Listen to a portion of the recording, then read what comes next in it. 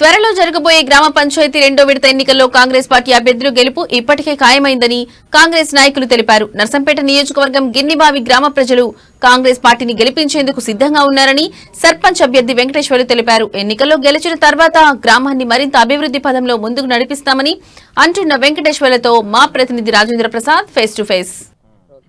గ్రామ పంచాయతీ ఎన్నికల్లో ప్రచారం జోరుగా కొనసాగుతుంది.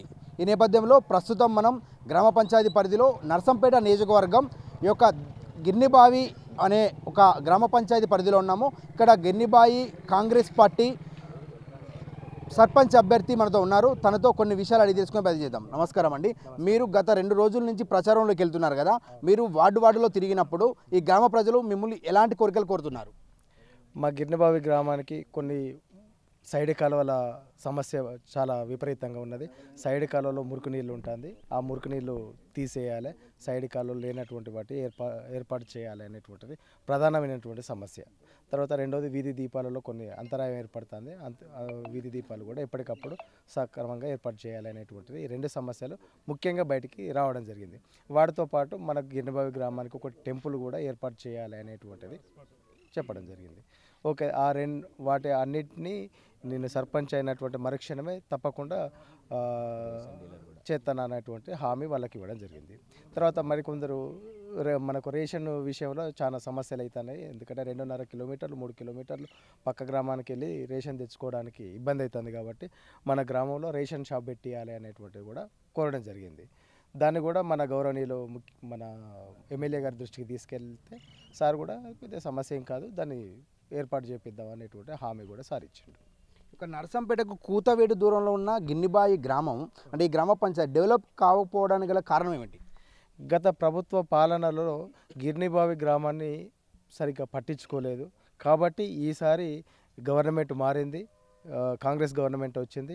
నేను సర్పంచ్ అభ్యర్థిని కాంగ్రెస్ తరఫు నుంచి వెళ్ళి పోటీ చేస్తున్నా. రేపు గెలిచినటువంటి క్షణంలోనే మన ఎమ్మెల్యే గారి దృష్టికి ఆల్రెడీ ఇప్పటికే తీసుకెళ్లడం జరిగింది. సార్ కూడా నిధులు మంజూరు చేస్తా అని చెప్పిండు. నిధులు మంజూరు చేయగానే డెవలపింగ్ అనేటువంటి చేయించడం జరుగుతుంది. గత ప్రభుత్వంలో సైతం 10 సంవత్సరాలు ఈ యొక్క గ్రామానికి గ్రామ పంచాయతీ సర్పంచ్ ఉన్నాడు. అప్పుడు మీరు అంటే గ్రామ సర్పంచ్గా ఉన్న వ్యక్తిని ఈ సమస్యలపైన ఏమైనా నిర్ణయించారా?